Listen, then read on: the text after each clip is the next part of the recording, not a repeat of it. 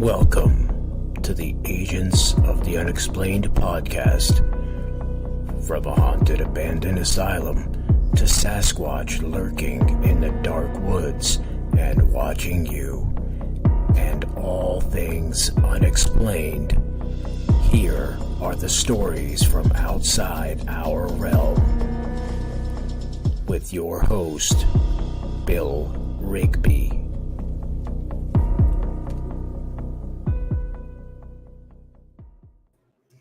Hey everybody, tonight I got a really special guest, a really great guy, great researcher, and a guy that loves to get into the woods, Matt Arner. Let me bring him on in. There you are, Matt. How's it going? How you doing? All right. I'm doing pretty good today. Going. Yes. But the thing is, I got a very important question before we get into your research, your experiences and all that. Where's the best barbecue place you like to eat at? Oh, that is a great question. So anyways, I'm going to tell you, there is a place not that far from where I live here in the Poconos called Big Creek Barbecue. They're only open during the summertime. And it's basically like Thursday through Sunday. But they have and it's one of those old roadside stops, but man, they have the best barbecue you can ever get. I was down at Myron Mixon's place down in Washington, D.C. He's on like the Barbecue Kings and everything. And I told him flat out, I was like, Myron, I just thought these are the best, some of the best ribs I ever had, but the best ribs I ever had are from up in Pennsylvania, up in the Poconos. So Big Creek Barbecue. The owner's a really good friend of mine, and man, I've been going there since they opened about 10 years ago. The food always tastes, it's always really, just incredible, and always everything's always basically the same. When you get there, it's an incredible mouth-watering rack of ribs. You know, you come back 2 months later, it's still the same. I saw Sean, my brother from another. So, yeah, Sean, how's it going? Yes, Sean is out there. So, that is a good question. That's a great question to start off. I asked Sean, I said, what's the best way to get him going? And he goes, barbecue. I said, okay. Barbecue or restaurants? Yeah, restaurants in particular. Like, we could go squatching just about anywhere. I'll get local tips. I'll find these little places, and man, we get some really awesome food places to go. We were out at the Small Town Monster Fest back in June, and I found this place. It was a little dive bar. I can't recall the name of it, but everyone said you have to go there. It's the best hamburgers you're ever going to find. And I'll tell you what, everyone was right. It was probably about 2 blocks from the center where we were at. And it was this little dive bar, like Sean and James and the rest of the crew. Oh, absolutely. Absolutely. Well, so you're going to have to show me because I'm coming next year too. Oh, yeah. Yeah. We'll get you. I think Larry Beans Baxter's going to come with us. Yeah, we're definitely going to hit that place for burgers. The only thing though, is Bill, they do have one of those contests, so be prepared. If you can eat, the 10-pound hamburger and French fries and all the sides within 45 minutes, you get it for free, and you get a T-shirt. But that may be something we may have to look into. No, I don't eat like that anymore. Back in the day, yeah, but not now. Yep. So when it comes to that, I do my research. So yes. Oh yeah. So we all got to be eating to go out do our squatching. But absolutely. But okay. Now we're going to the hard-hitting question. Absolutely. I don't have no hard-hitting. Let's hear about your Yeah, experiences. yeah. Oh man, I've had some pretty neat experiences throughout my researching time, and but it all started when I didn't. This was an experience I had. This was an experience my mom had, and at the time she had been a stay-at-home mom. My dad was a pilot at the time in the Navy, and um, she just took a job. You know, because I was the youngest of the kids, and I think I was about 12, 13 years old, and she had just taken a job at an industrial park, and it was in Bucks County, which is, you know, outside of Philadelphia, but Yeah, it was in like a central, more like a central Bucks area, and this is going back in the 1980s. And at that time, there really was you didn't have that development like you did now. There was a lot of farm fields, a lot of wood patches. It was still, for the most part, there were some areas that were pretty rural. So, and mind you, Bucks County is right across the river from Burlington County, which is part of, you know, basically the Pinelands as well. right. So she's going to and she would mostly work during the day, but at one particular evening they asked her and the other people that worked there to come in. They were making like gifts. They were putting gifts together that doctors, people would give out to doctors and stuff. So they had a big order. She left at around 7 o'clock, and this is before cell phones, you know, mind you. Um, we said goodbye to her, and next thing you know, about 20 minutes later, she comes in and comes back home, white as a ghost.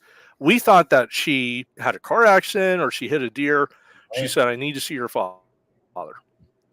So my dad comes down. He's like, "What's going on?" She said, "I just saw a monster." So the road that she was on, I forget what the name of the road is, but she always called it Monster Road from that point. Now my mom, she grew up in a very rural part of Schuylkill County, Yeah. in Pennsylvania here in the coal country. They were kind of like a little, you know, backwards. You know, it was kind of like growing up in a hollow in West Virginia. But the way she described what she saw, she said it looked like a hippie with the long hair, and it was hairy all over, but it had this long hair and this ugly face, and it looked right at me. And the way she explained it was it went out from a wood line, crossed the road in front of her, and then went towards a pond where there was a lot of reeds. And she said she didn't see it after it went through the reeds. So my dad, he jumped in the car, I said, Dad, take me, take me, take me. They said, no, you got to stay here. Oh, come on, you know. But anyways, they went out. I know.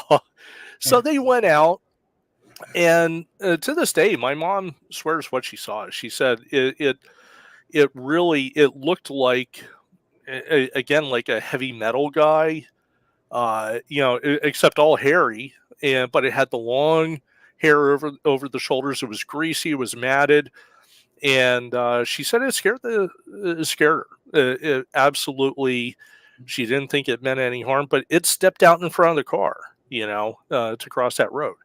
So Like a I lot always of had that sites. interest. Yeah. Yes, so I've always had that interest, and I always kept my eyes open when I went out in the woods. I do a lot of hunting, I do a lot of Yeah. hiking, backpacking, um, and you know, going back on things, like I'm sitting there like, okay, well, you know, I may not have seen something, you know, but did some of these experiences I had, you know, when I was in my teens and early 20s, maybe now, you know, that I'm thinking about it, you know, where you hear a wood knock, I don't know who's out here chopping wood at, you know, at 2 o'clock in the morning, you know, out in the middle of nowhere, or you know, you get stuff thrown at your tent, or you know, thrown at you while you're walking, and there's no one around. You know, it was funny because I always blame it on squirrels or something. You Yeah. know Oh, that you know they're always. out there Always. throwing stuff at you, but you know now I'm kind of thinking of things a little differently. That maybe some of the experiences I did have when I was younger may have been, something associated with this. But I got into research right around the early 2000s. And what happened was I always enjoyed being out in the woods, but I had friends of mine that were in a paranormal group. So they said, "Hey, you want to come along and you can come to these haunted places, and but if we get something about Bigfoot or out in the woods, you can help us." And I didn't really know too much at the time. I mean, I in the late '90s, I was going on like the PBS site, the old Yeah. Pennsylvania Bigfoot Society, where it was like, Right. I don't know, kids today wouldn't even, it was like a text forum type thing. Yeah. So I'd go on that, and but I never really, saw anything that was really too local. Everything else was, most of the activity was down in southwestern PA that was being reported. Um, but we were seeing this, and it really did pique my interest. I did take the group out a couple of times when people would call and say, "Hey, listen, we had something. It looked like a large black hair covered man that was standing out in the edge of the woods."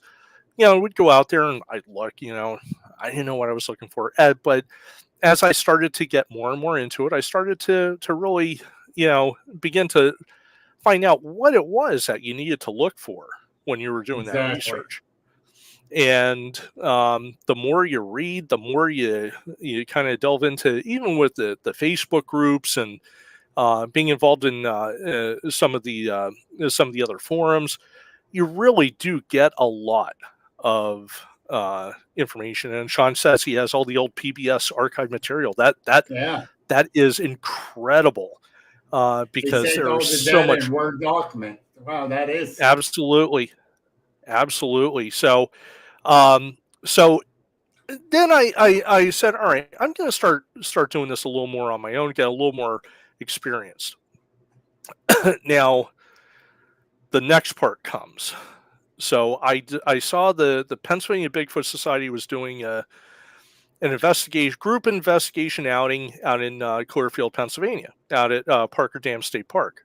Okay. Yeah, you know what? I'm coming from the Poconos. I'll go out there. So I went out there, and I knew no one.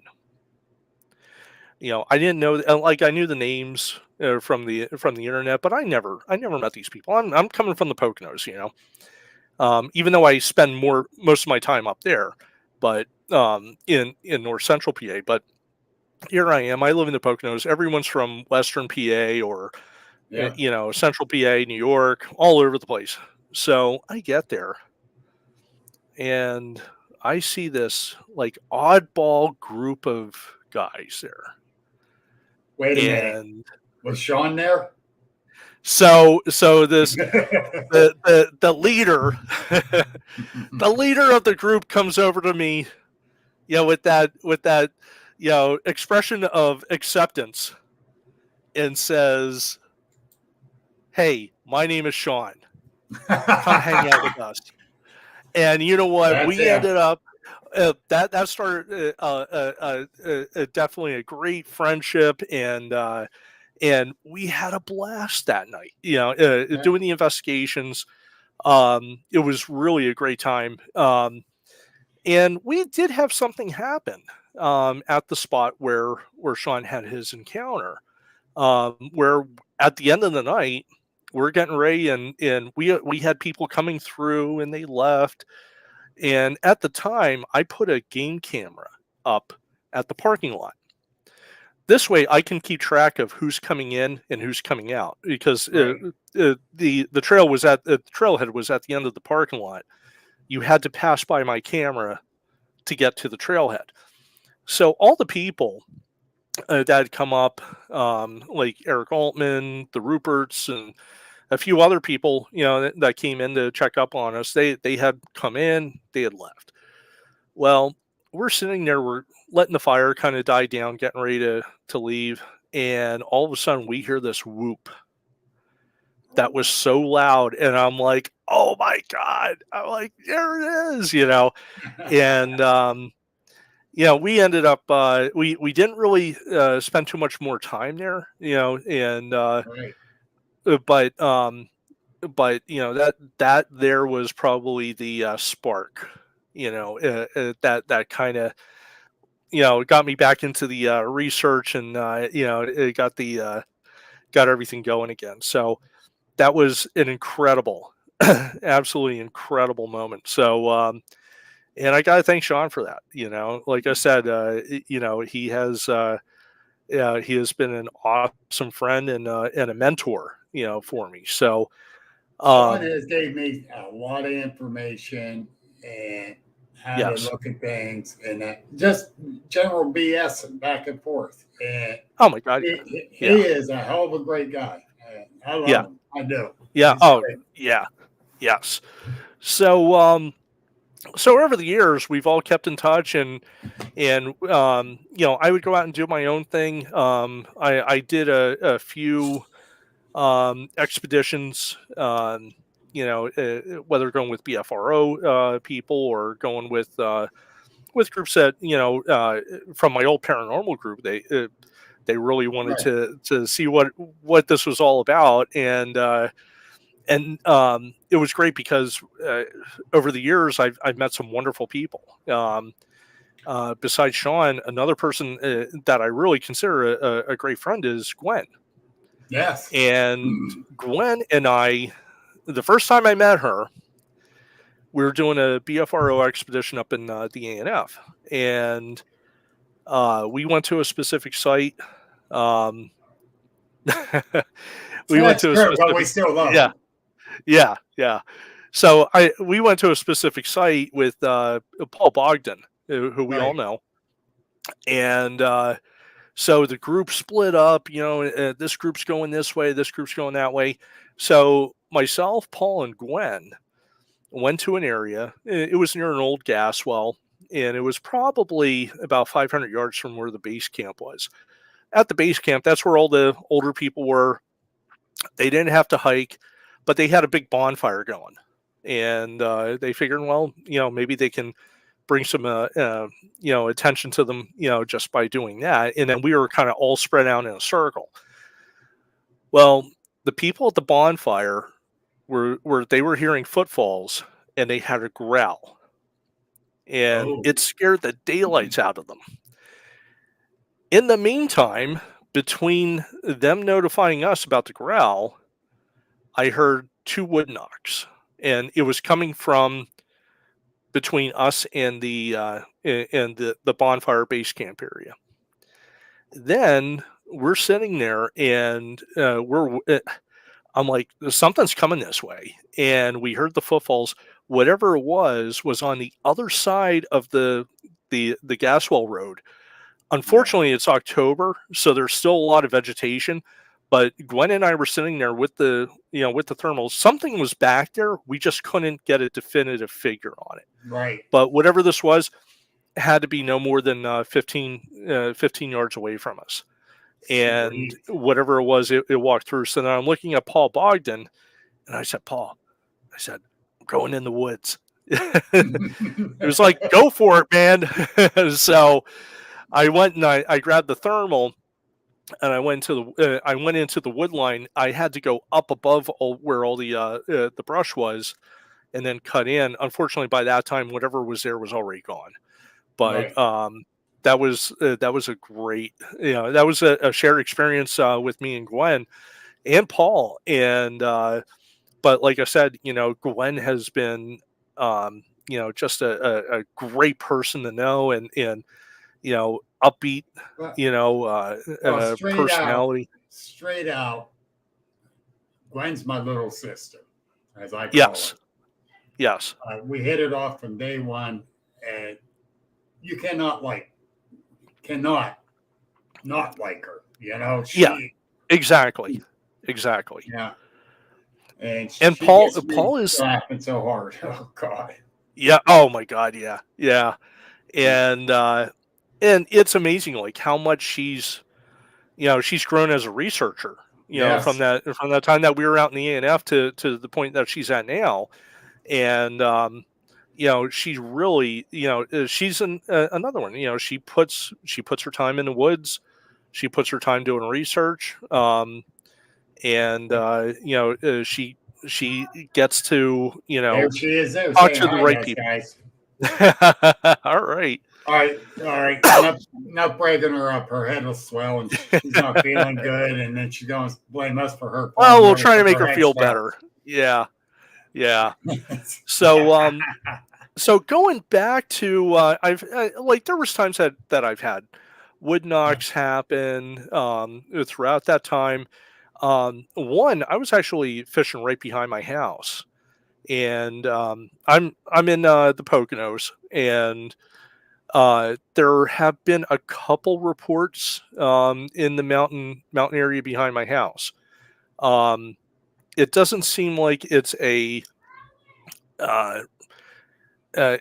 a habituation zone.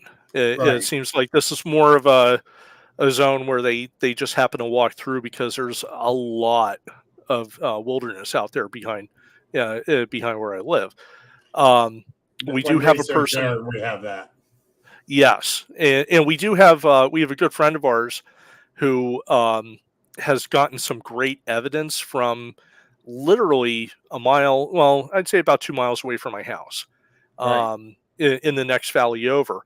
So beautiful vocals, Ohio Howl vocals that he was able to record. But I was up there a few times, and I didn't even think about it. I do a lot of fishing in these little wilderness trout streams. I try to find the little blue lines and that go up through these hollows, because first you're being out in nature, and secondly, you don't, you can kind of mix, bigfooting with fishing. And I was up there hitting a good spot of mine, and again, it's, it would take me 5 minutes to get there, and man, I heard 2 really clear wood knocks. And this was right around the time, I didn't know it at then, but it was right around the time that our friend was getting, having activity, at the farm area where he was at. So, oh wow, yeah. But now I heard some really good wood knocks. Yes, a couple of my research areas, but the one I've always announced myself when I was going in by myself. Mm-hmm. Someone was with me. Yep. We're talking back and forth, so they'll recognize my voice and recognize it's me. Yep. I think it. I don't know how true it is, but this makes me really wonder how it is true, because I had a lot on my mind that day, and I just was walking in. I didn't announce, "Hey, I'm here. I'm just coming to visit and enjoy nature with you guys." I get down to almost where I cut in off the trail and go across the woods and deeper in the one area to sit. Well, that I get almost to it, and there's like a big brush field here where they plowed it down years ago, and now it's all about 5-6 foot high. Mm-hmm. No trees. It sounded like a damn tree knock. Oh, right next to me. I mean, right next to me. I jumped and looked, and I'm looking around. I'm like, sorry, I did not know. So it's just me. I'm here. I'm not doing nothing. Yep. And turn around.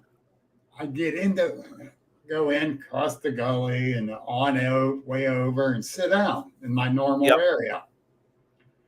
Not one sound. No kidding. Not one bird, not a squirrel, chipmunk, nothing for an hour. I walked back out. I started up the trails. I started hearing birds. I went, I really pissed them off. Yeah. Oh. Vance I'll tell here. You. Oh. Vance. He must have got the No. But I'll go into great conversations we have on our podcast with like James Baker. His best observations are from this land that he purchased, and right now he's just fixing it up. But like he said, he and he brings up a great point, is when he first got there and he's doing stuff, the deer are kind of looking at him like, who are you? What are you doing? Why did you move this? But he said as he, spend more time up there, they don't care. They're used to him now, Right. and, he may change something that they're going to come out and they're going to sniff it and, kind of figure, they won't do it during the day, but as they get more comfortable, with a person or with an object, they're going to be That's more the thing. receptive to it. And I credit that person because they're showing they're not being aggressive toward them. Yes. And again, I credit that theory completely to James Baker. I mean, James comes up with some really good stuff, and his observations from being out there, are right on point. Right. So, but the podcast Matt was talking about is Sasquatch Experience. Yes. You can catch that every Monday night, 9:00. Yep. And I didn't want to say. I figured, well, if you plug away, brother. All right. So anyways, it's I've had a few experiences like that, but then probably one of the best experiences I've had was actually it was about a month after Gwen and I and Paul Bogdan had that encounter up in the ANF. We came back to the ANF, and it was myself, Paul Bogdan, and a few local researchers, and we were just doing this all on the side. And so I went up and I said, you know what? Here's an area that's a little north of the campground. It looks like a great area. I'm going to go check it out myself. So what I try to do is I try to scout out, and I'll talk a little bit more about this a little later, but I try to find locations where I think, and something like this is going to live, or something like this is going to be. So I found this area. I said, this looks really intriguing. So I went around, and it was, I'm thinking it had to be at the end of October, beginning of November. It was, I think, the opening day for everything was going on for hunting. So we had archery for deer, we had small game season, we had turkey season, everything. So all these people were out in the woods, and so I'm trying to find a spot where I can, usually one of these little dispersed camping areas where I can just park in, throw my orange vest on, take a walk. So I found one. No one was around. And it ran along a creek, and there was a small trail that led up to a gas well about, I don't know, maybe about 700-800 yards up. So I parked my truck, walking up this basically muddy slope, and I'm keeping my eyes on the ground. And what do I see? I see a 15-inch print. And it's beautiful. There's toes, there's everything there. And I'm looking at this like, oh my God, and so I went and I said, all right, I have it was about 4:00 in the afternoon. All the hardware stores are going to close, and they're all like an hour away. So I'm like, all right, I'm just going to mark it. I'll try to cover it, and I'll come back tomorrow. Because the next day, it wasn't a Sunday hunting day, so there was no hunting on that particular on the next day. So I marked it, and the way the track went was you had this little path went straight up the hollow. This went at an angle, so whatever it was came through and crossed over and just happened to put its foot down in the mud. Oh my God, great. It's so rare to get tracks in PA, so I went the next day. Well, unfortunately, we had wrong on that part, but unfortunately we had rain. So, anyways, uh, it kind of deteriorated the track a little bit. But I was able to go to the town of Keene, get myself some plaster of Paris, get a bucket, get all my gear for everything, and I decided, well, I'm gonna come back out on that Sunday and see what see what we have, see if it stood up. So as I'm going in, there is, oh, excuse me, 1 second. There was no cars whatsoever.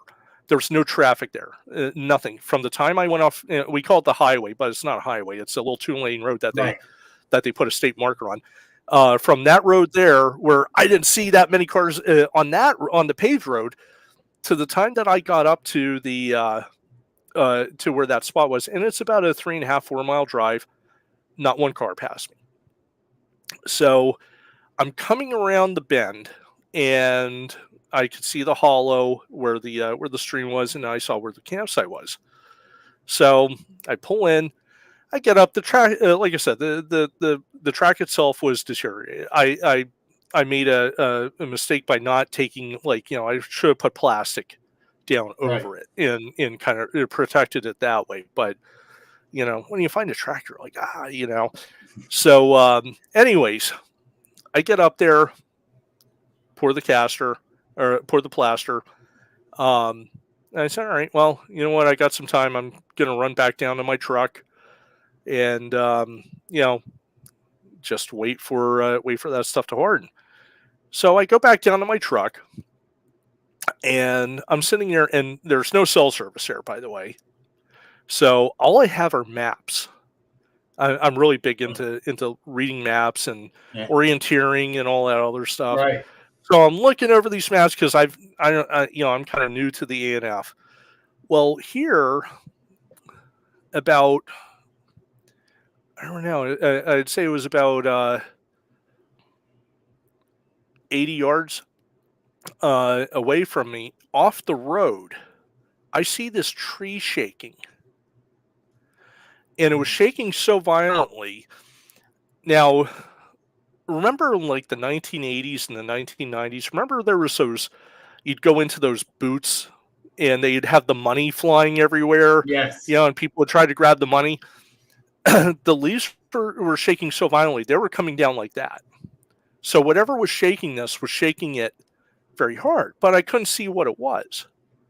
So I'm sitting there, I'm like, okay, there's too much movement for this to be a squirrel. It could have been a deer, but where's the deer at? Because it's right in the middle of the rut, so the deer would be, it's possible he could be making a rub, but I didn't see a deer. So I'm sitting there, I'm like, okay, this might be something else. So I'm sitting there. Now, I don't have any firearms. I don't have anything with me. And it was funny because when that was going on, I had my cell phone with me, but I didn't think about bringing it up until after. And then what I started doing was I brought the cell phone up, hit record, and by that time it was done. But what I started doing was basically talking to whatever was out there. Right. So I said, listen,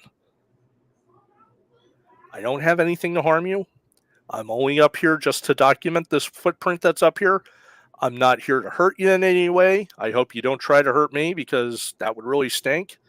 But I'm trying to basically peacefully talk to it, whatever was out there. Exactly. So, yes. So it had stopped. And then, and it's funny because while that was going on, there was no birds. There was nothing, and this is October. So yeah, migrations, there's other squirrels and stuff. There was just not, like the area was just dead. So dead quiet. So I said, all right, so I'm going to run up. I'm going to grab this plaster cast. Even though it may not be done, I'm going to grab it.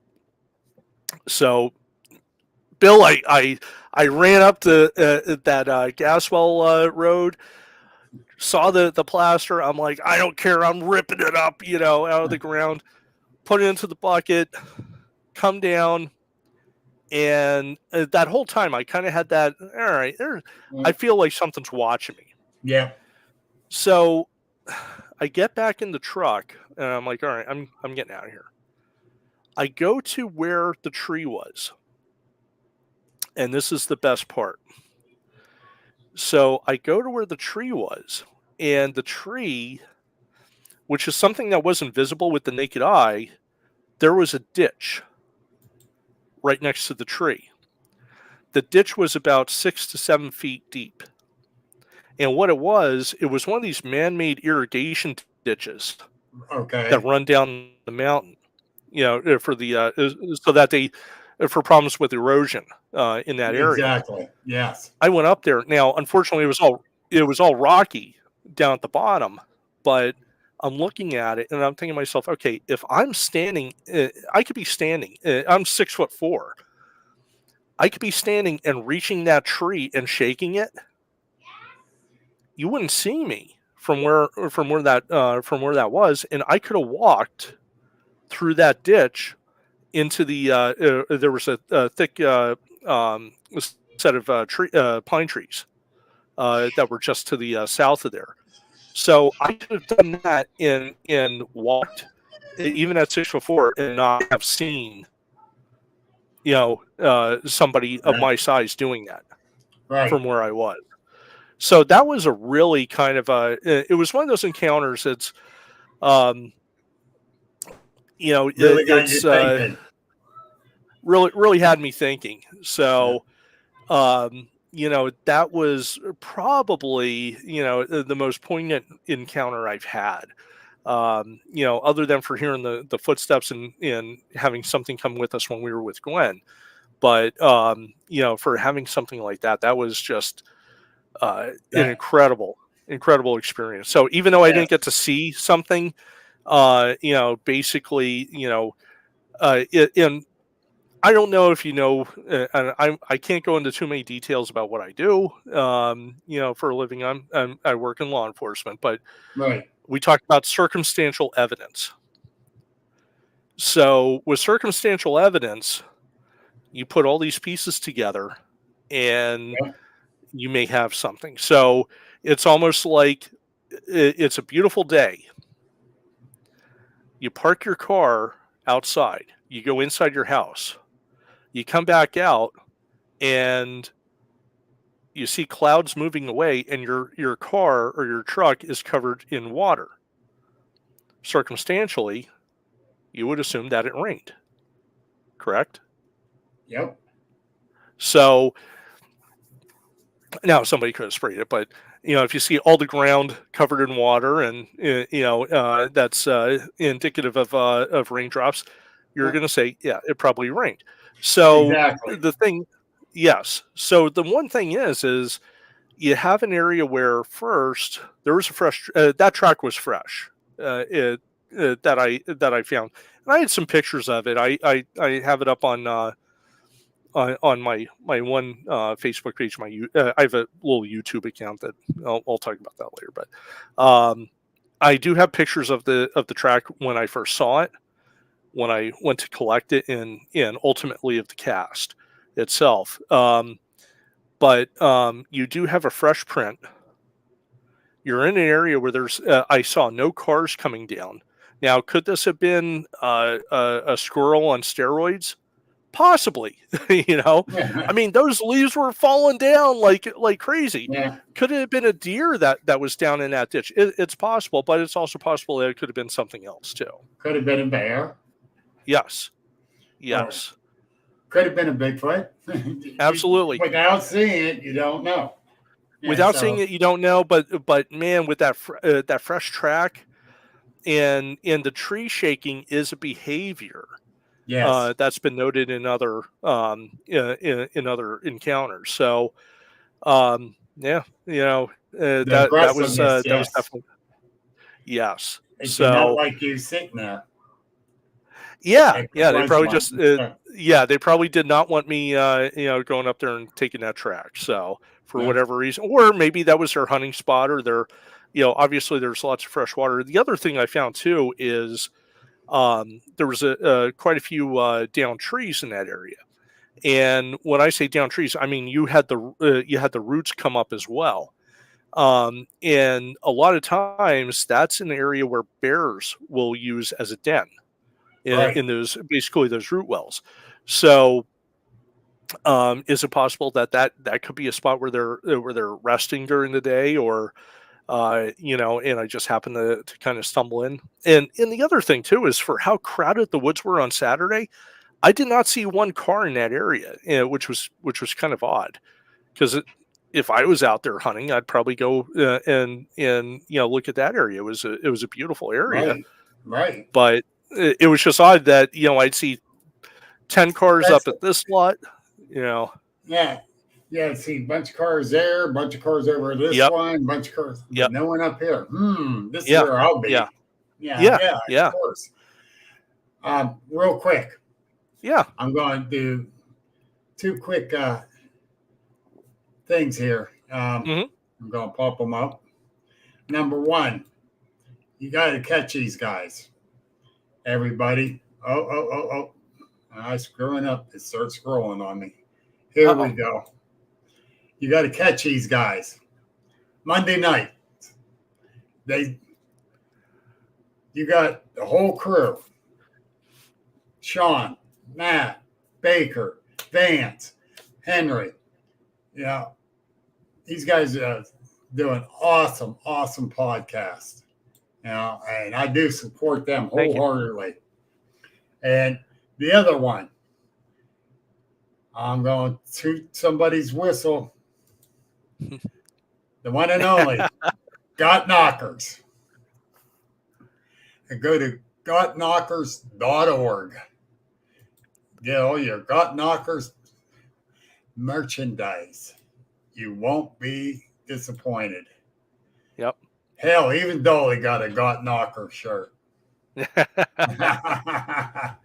That's awesome. Yeah, Gwen really has done awesome with that. Yes. And we're definitely going to have to hopefully have you at this year's festival. We did the festival last year. That was a great time. I'm the number one speaker. I'm the first awesome. speaker. Awesome. I will be there. I will. Well, here's how it was put to me. Yeah. Ambulance or hearse, your ass is being drugged there. I know. Yeah, we'll get you out there. I'll bring my pickup truck. Yeah. Throw the dead body in the back of it. Yes. So you know what? Last year that was the first time I spoke at any sort of conference or festival. And now when I was with Sean out at the STM Monster Fest, I was up on the board, but that was this time I'm up there by myself. So I said, well, what do I talk about? And so I talked a little bit about my encounters, but then the big thing that I try to talk about, and hopefully I can push through with some of the listeners to the podcast, is trying to be safe out in the woods. Yep. The one thing is I work, again, as a first responder. So I hear all the time about people being lost in the woods, people getting hurt in the woods, people missing in the woods. And, the biggest thing is, to make people aware that you're going to be going somewhere, leave a plan with a family member, like, hey, listen, Right. I'm going to be up in North Central PA, in Susquehannock State Forest or Elk State Forest, and I'm going to be, primarily in this general area here. The other thing I do that I've been really pushing is I have a Garmin InReach that I have, which is a satellite communicator. It cost me about $230. I think they're on sale now. And what that does, that hooks up to your cell phone and through Bluetooth. So I can be out in the middle of nowhere with no cell service whatsoever, and I could still text my wife. I can text actually anyone in my contacts will get a text from me. There's also what's the name? Garmin what? Garmin InReach. Right. So I definitely got to get that. Yes. The nice thing is there's an SOS button on it.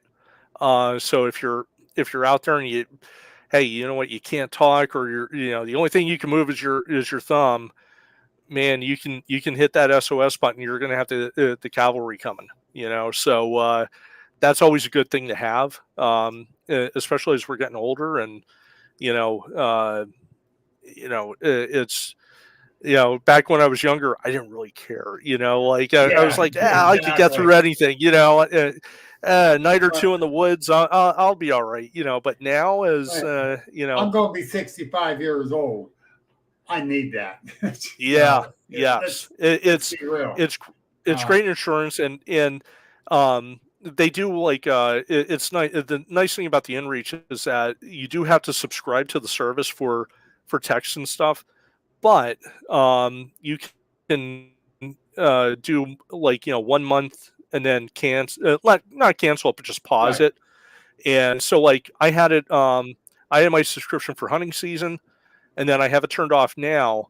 And then once I go into the spring and summer, I'll have it back on, and it's like $19 a month, and that gives me 10 free, 10. Yeah. Just like I said, if there was something that I needed to, let my family know, even if it's not an emergency, like, hey, listen, I found something out here, I'm going to be running late. I'd rather let them have that peace of mind than to sit there and worry the whole time. So I always do that. Absolutely. We don't think far enough ahead to let our family know, hey, we're running late. Yes. Or, hey, I really don't have the cell service, but I'm using the Garmin to get through to you right now. I will get a hold of you when we get out of here. Yep. So that's awesome, because you don't need your family sweating bullets. Absolutely. Absolutely. And the one thing is where are we going? I mean, we got some people around here. I don't know how it is in southwestern PA, because really, my biggest confession is I haven't been out there. I've driven through it, but I haven't been out to the Chestnut Ridge yet. But it's because I have so much fun. I have a lot of fun time in north central PA. And I'm doing a lot of research up there. But the one thing is up there in north central PA, the cell service is so spotty up there. And the last thing I want is I don't know. We found that out. Yeah. When we were up there in September in the Alleghenies, I'm the only one that had cell service, but I had to go stand at the trailhead in one little spot like this. Don't you dare go like this, or you lost it. Yep. Absolutely. It was crazy. No. Yeah, I was there. I remember that. That was that was not a cell friendly area at all. No, not at all. I said, man. And I was lucky enough to get a hold of my wife, because she worries. She does. Oh yeah. And it was a lot of ease of mind with her then. Mm-hmm. And I told her, I says, if I lose you, I'll lose you. If not, that's great. Yeah. So. Yeah. But yeah, I carry stuff like that. One thing I'm big with too is water purification systems. So I might have I was using Life Straw for a little bit, and rather than carrying, you're not carrying a gallon jug of water into the woods, especially in the summertime. You got to get the water where you can get it, and unfortunately, it's got to be purified. So you don't want any of the nasty bacteria that's in there, because I'll make things a lot worse. But I carry stuff like that, first aid kit. There's I'll carry guys think I'm over preparing, but I'd rather have that stuff handy if it's needed. I like having a first aid kit close by, because number one, I'm on blood thinners. I get cut. Yes. I want even a scratch, man. I bleed like a sieve. So I like to have a first aid kit, but mainly not just for myself, but Yep. whoever's with me. Yes. That's the emergency responder in with that. Yep. Reason I do that. Same with you. Yep. It's called being prepared and being safe. Yes. And again, there's a lot of people that go out in the woods and they'll say, okay, do we have a thermal? Do we have a voice recorder? Do we have a good camera? But they may not think about, well, do you have a full tank of gas? In your car. I showed the crew, Sean and James. There's a gas station on Route 872 in Cameron County, and it's I guess it's some sort of strange gas that you could use for your car, but I guess it's more for like ATVs and stuff. It's like $8 a gallon, and that's the only gas station within like probably about a good 20-mile radius. So yeah, so when you go up to these areas, you need to make sure you got a full tank of gas, because the last thing that you want is to run out of gas on some forestry road out in the middle of nowhere. Ain't that the truth? And yeah, I'm not going to get into it here. I'll tell you privately about the one. It wasn't me, but but yeah. So I try to preach that message when I do like any sort of talk, and because like I said, the last thing that I want to hear about is somebody that's doing Bigfoot research, get themselves into a situation that exactly. That could be prevented, and puts may put other lives at risk as well. Exactly. Yeah. And you can put your first responders at risk trying to come to help you. And so, you got to think ahead. And I agree 110% with that. Yeah. Vance says always back into your parking spot to make a quick getaway. Mm-hmm. Yep. That's true too. Yep. Absolutely. Absolutely. And I didn't do that at Salt Fork. I pulled right up to the brush line. Did you? Yeah. And parked, and that's where I slept. Yeah. Well, Patty Fry got a big guy on thermal standing beside the back end of my Blazer. I'm inside sleeping. Wow. And then turn around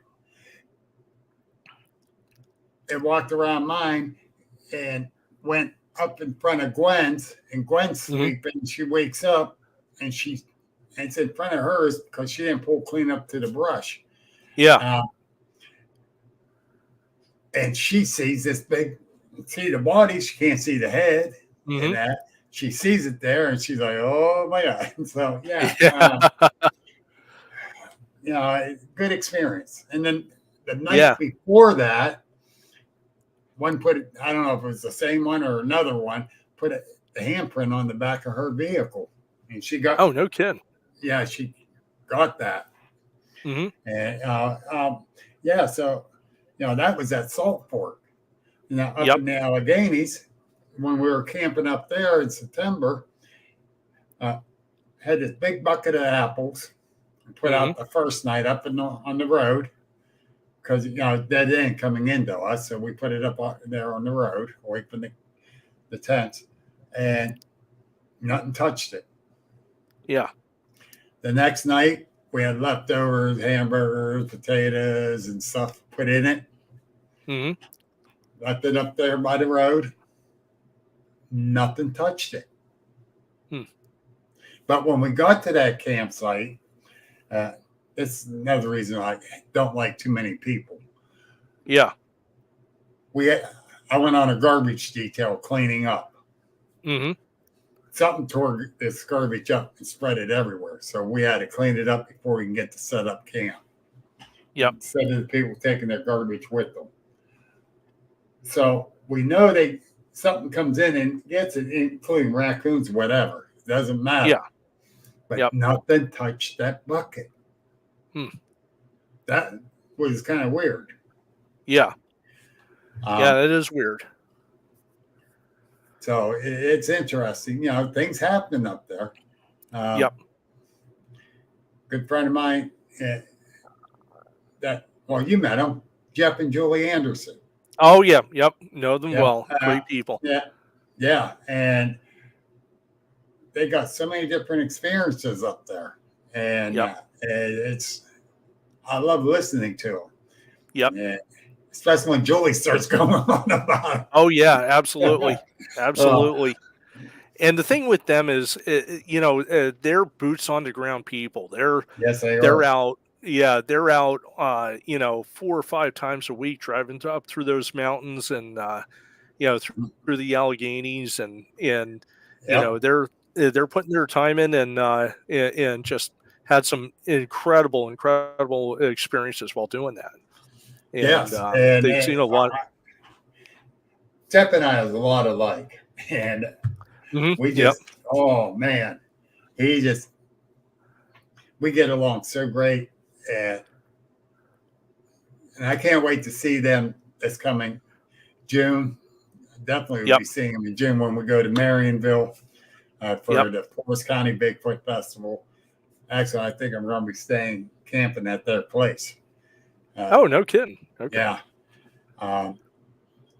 I believe Glenn might be bringing her camper up there too. And it's going to be a great weekend. And I'm looking forward to being there with them and other people. It's going to be very, very interesting. Oh, yeah. Yep.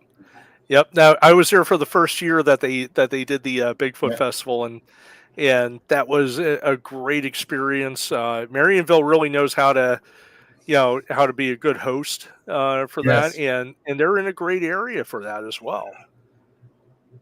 I cannot believe how busy it was this past year on Saturday.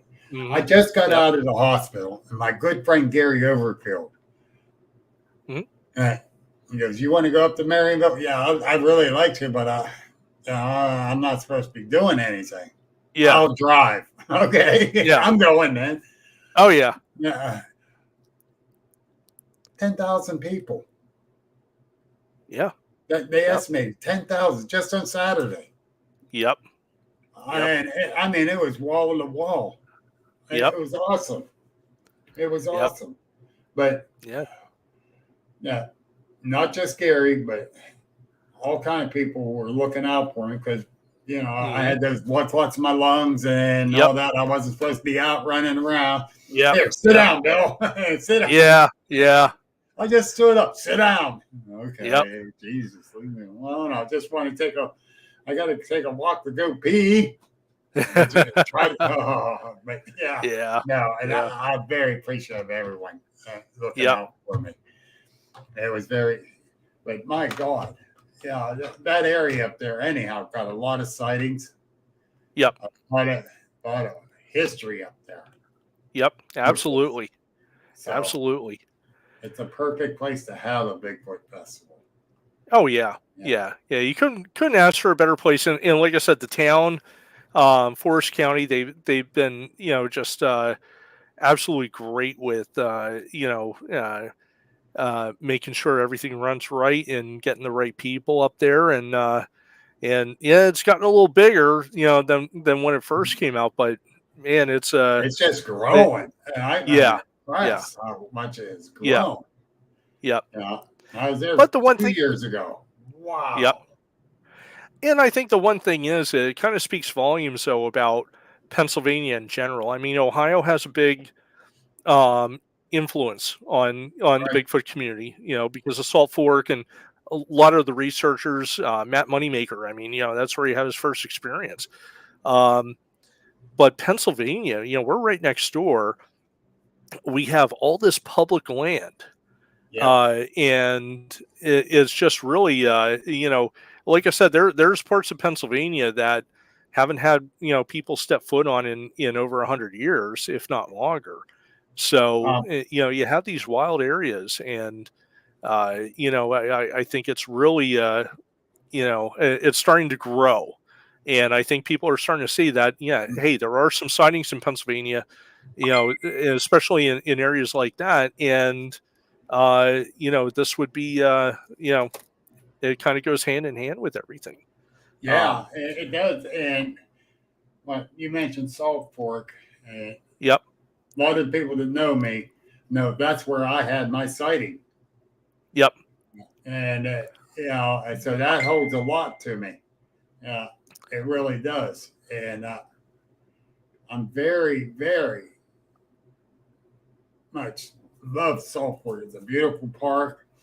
And, they embrace the idea that Bigfoot's Mm-hmm. there. Yeah. And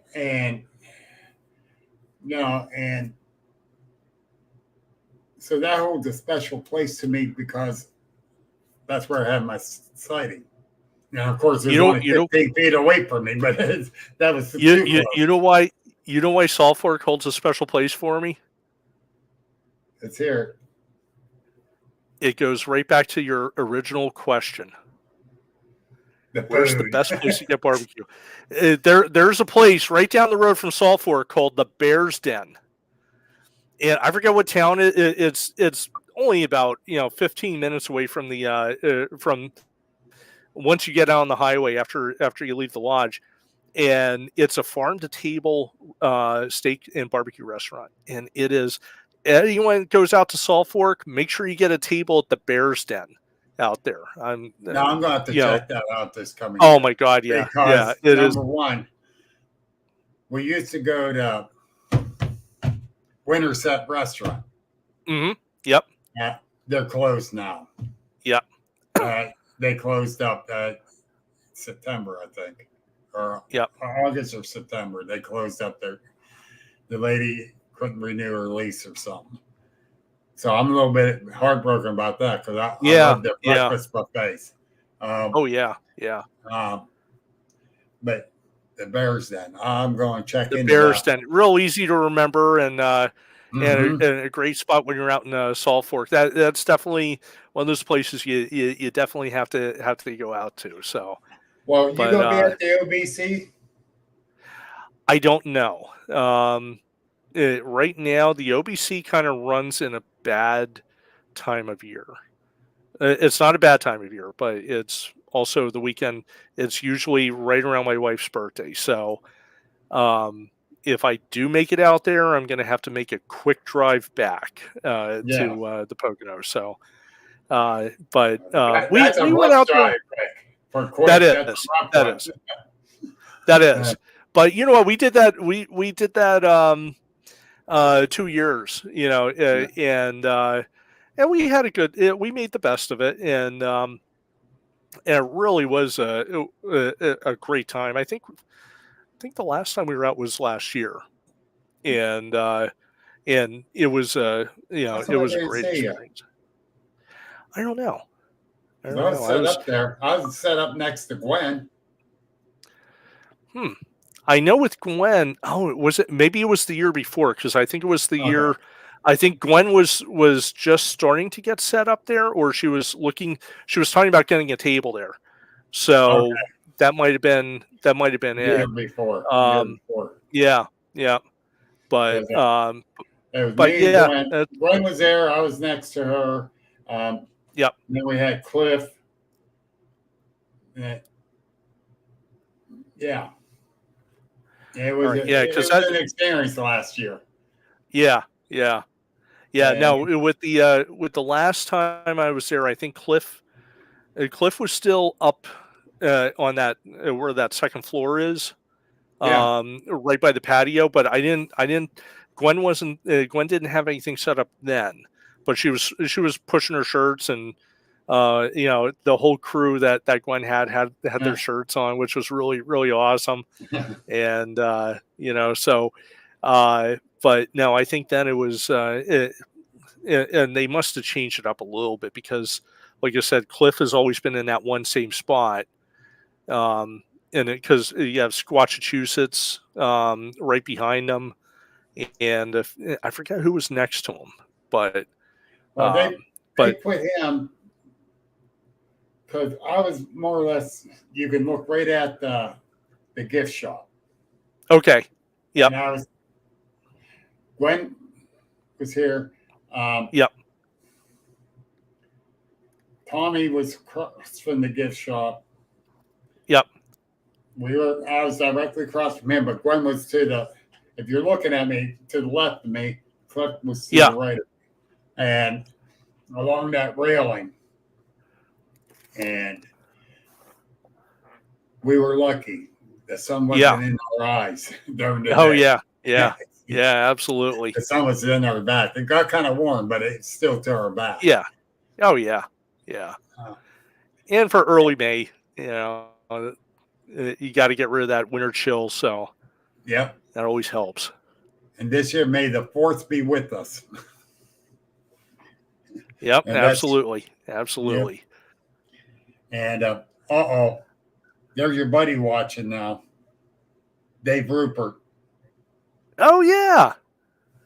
I haven't seen him well, you know what? We went up to it was actually the Mountain Festival in Ridgeway, and it was right around when a lot of things were still shut down, and up in North Central PA, they had a lot of things that were still going on. So we ended up going up to the Mountain Fest up there, and we ran into Dave, and I haven't seen him in years.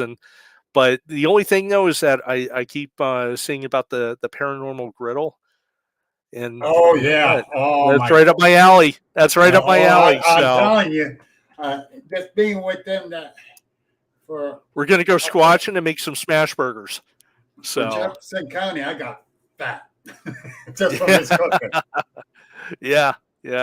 And he's not that far from basically where my main research area is. He seems to be, a little more, to the south of me. I'm a little more to the north, and we definitely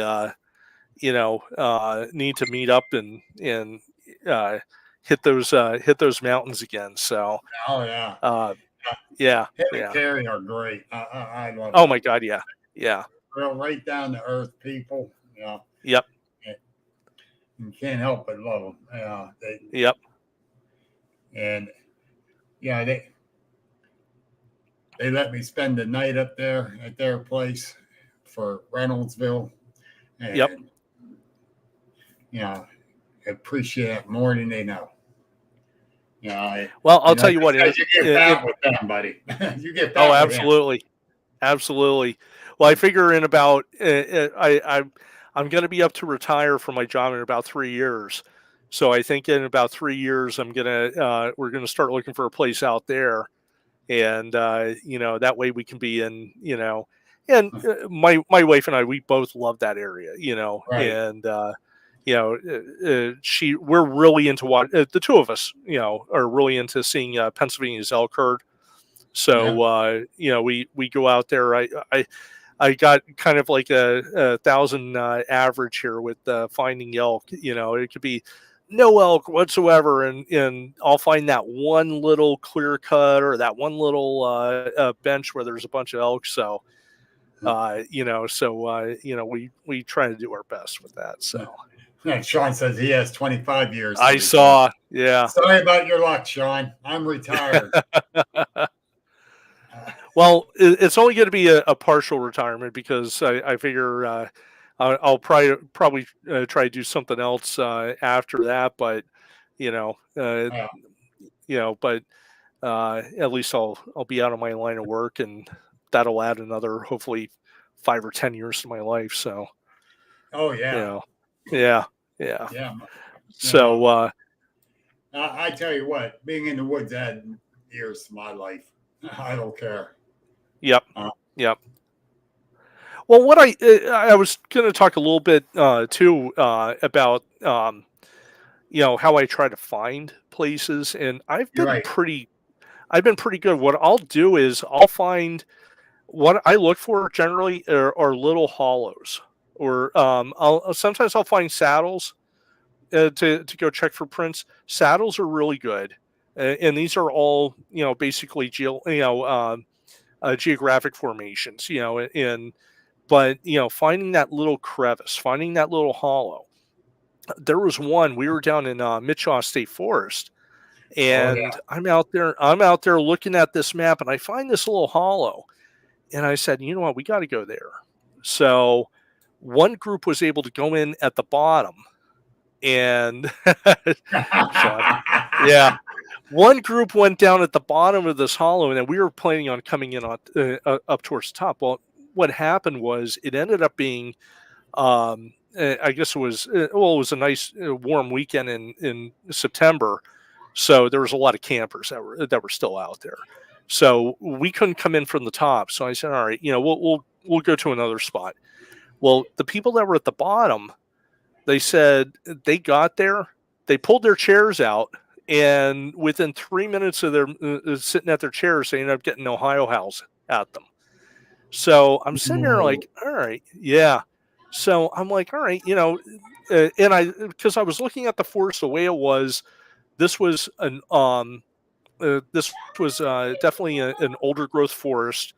There was just this little kind of stitch that went up the mountain. Well, here, as it turns out, the name of the hollow is called Dead Woman's Hollow. And apparently there was a murder there. And yeah, but it's such a remote little hollow in that state forest. And, it ended up being a pretty good spot. But, yeah, I saw somebody else wrote too, looking at the maps, I'll spend more time looking over these maps to try to find the areas where you have food, you have water, you have places to hide, and that was Shane places. Spencer that said that. Him Okay. and Mike Hartman do these maps, Yep. and they do their due diligence like you do. Absolutely. Maps and that. And that helps. Yep. If you don't know the area for sure, and you don't do enough research in that area, it's great to have those maps. Even if you do a lot of research, you say, hey, wait a minute, we didn't check this here. Look to that valley there. We need to hit that. Yep. And then, you know what? There's places that I may have overlooked too. And, I might be on my way to, that's funny.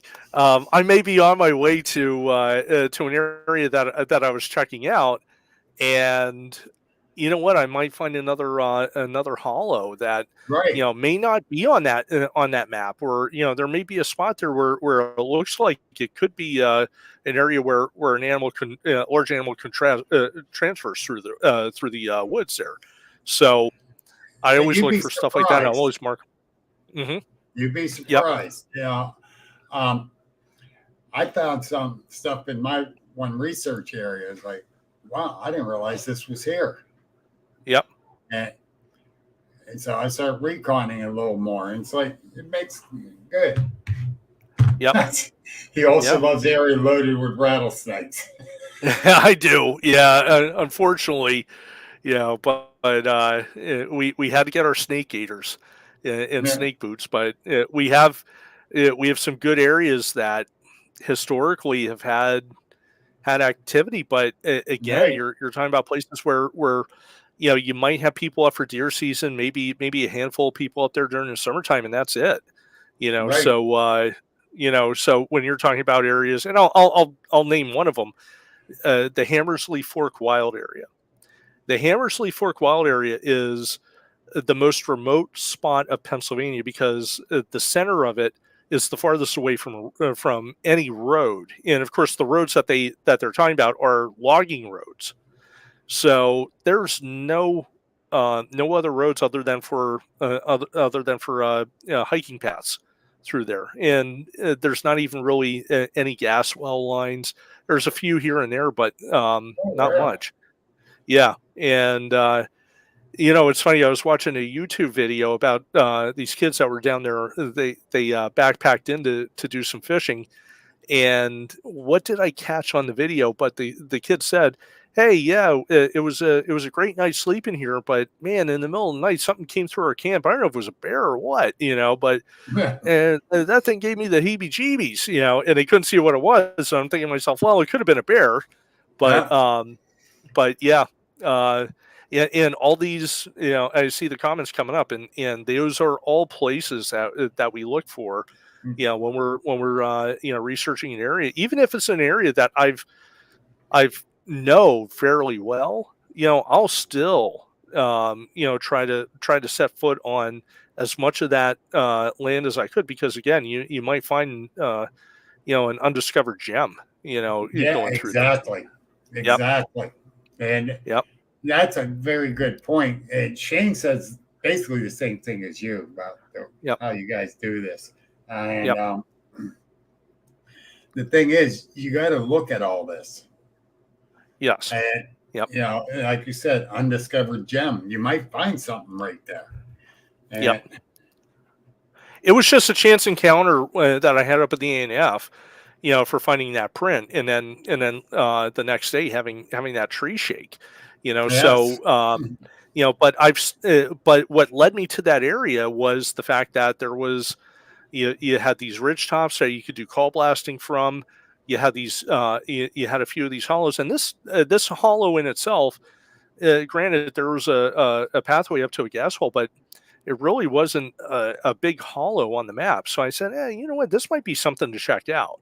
And Right. but like I said, it was just kind of a chance encounter, and thank God there was no cars there. So Yeah. And Forker. I don't like snakes either, Sean. So, but yeah, you know what? I show them respect and get away from them quick. yep, Even a black yep, snake. yep, yep, But like Shane said, he's found plenty of ponds that was not on the maps. yes, yep, Yeah, which is great yep. water And source. if you're looking for a pond, what do you have right there? You have a water source. You Yep. know, and that's a big key for any sort of wildlife, whether it's a Bigfoot or a bear or a deer or anything. Having that food, water, cover is kind of your three main components. That's it. Too. Places for them to hide, the tunnels. Yep, yep. So And see, I yep, kind of screwed up when we were up there in the Alleghenies. I let Baldwin talk me out of casting that one footprint. yeah, And I should have went ahead with what I wanted to, but he talked me out of it. And I would have had a print from there.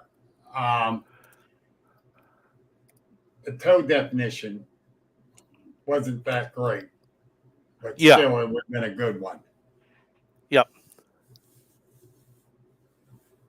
Now, The thing is, I what I learned from others in the field is cast everything, and yeah, exactly. And then I should not have let him talk me out of it.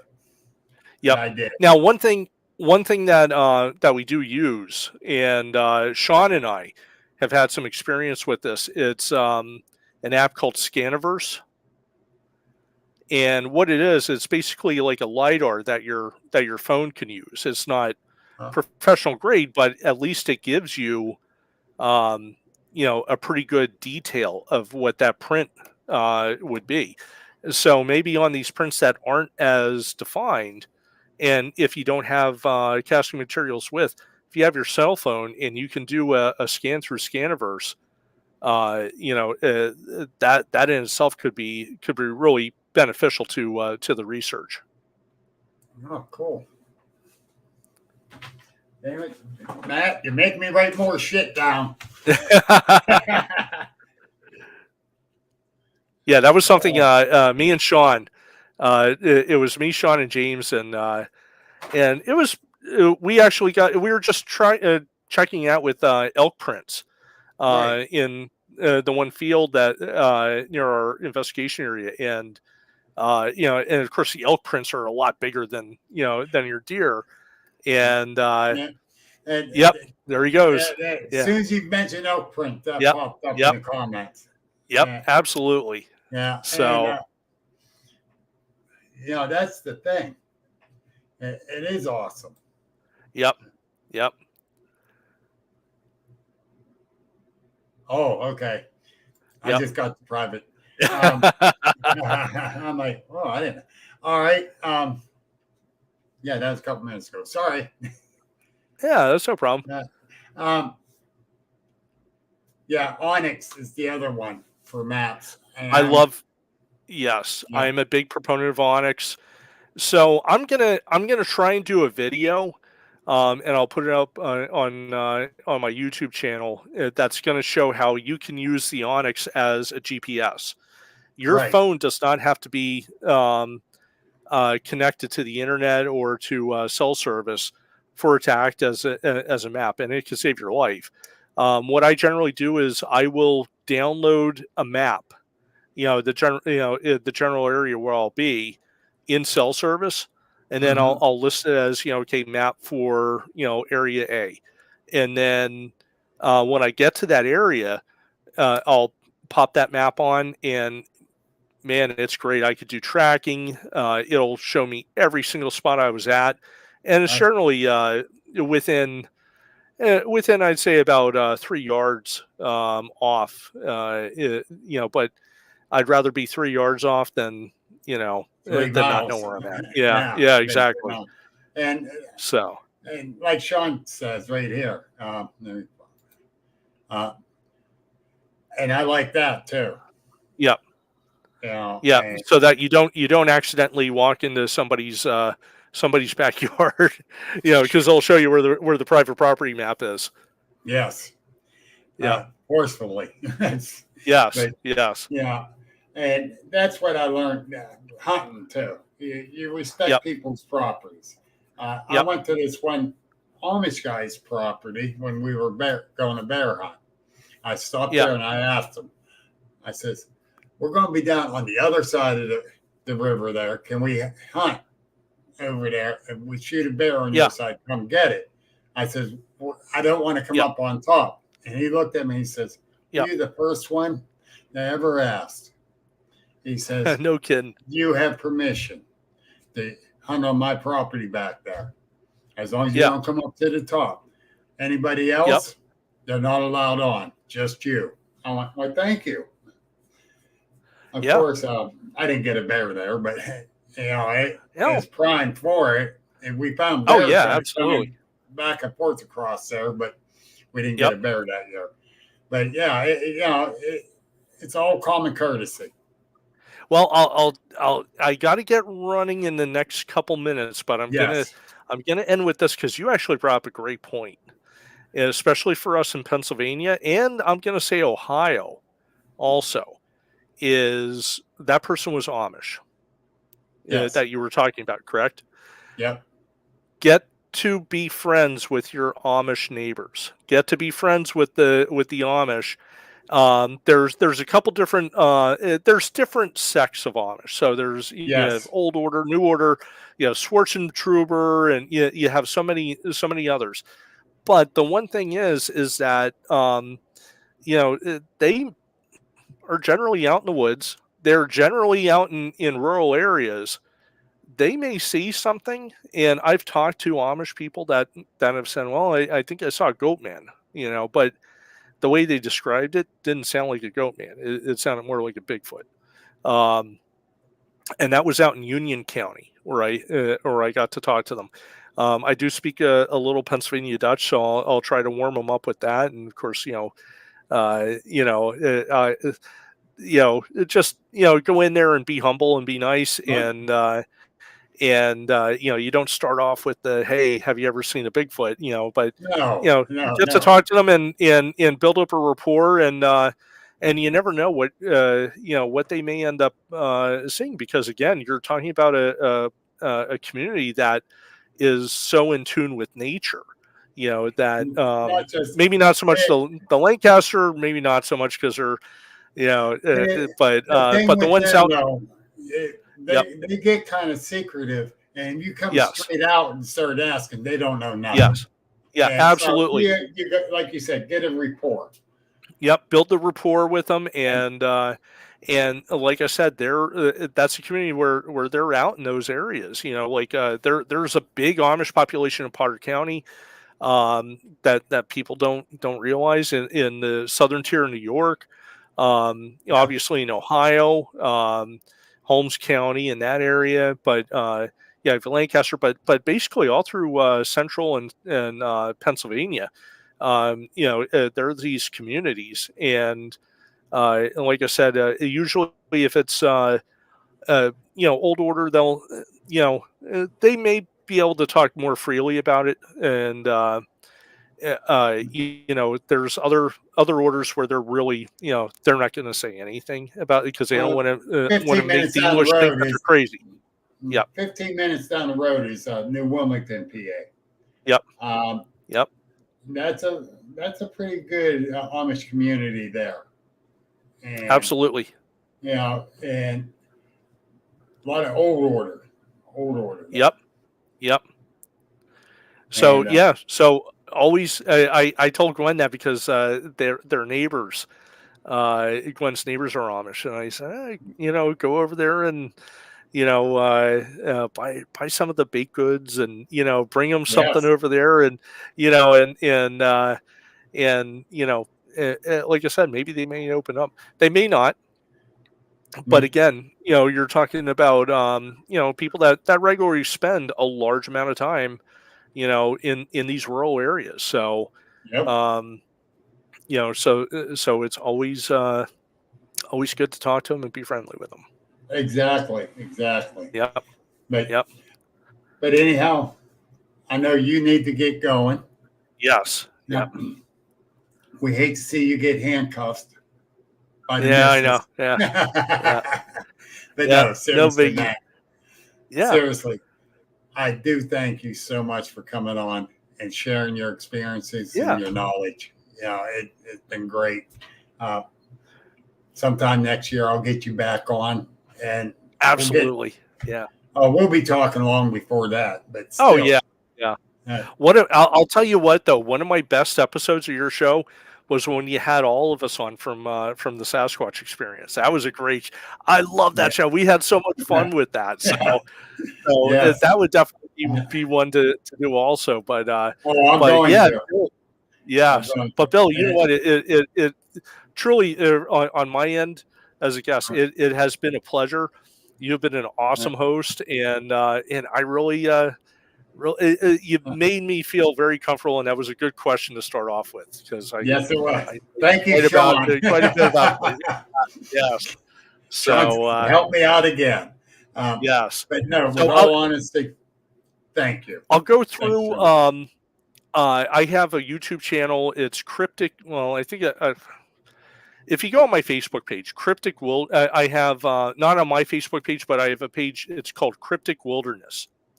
And I don't post a lot on there, and I have, but the Cryptic Wilderness YouTube page has a couple of my videos, and it has the video about my Allegheny National Forest encounter on that with pictures and video of the print that I was able to get. So awesome! Awesome. Yes. So definitely check that out. I'm going to. Absolutely. But again, thank you, sir. Greatly appreciate it. And thank you, everyone, for listening in. We're going to get out of here so Matt can do his thing. All right. This has been an Agents of the Unexplained original podcast. Like us on Facebook. Subscribe and view on YouTube. And please visit our store link in the bio. Thank you for listening. And remember that paranormal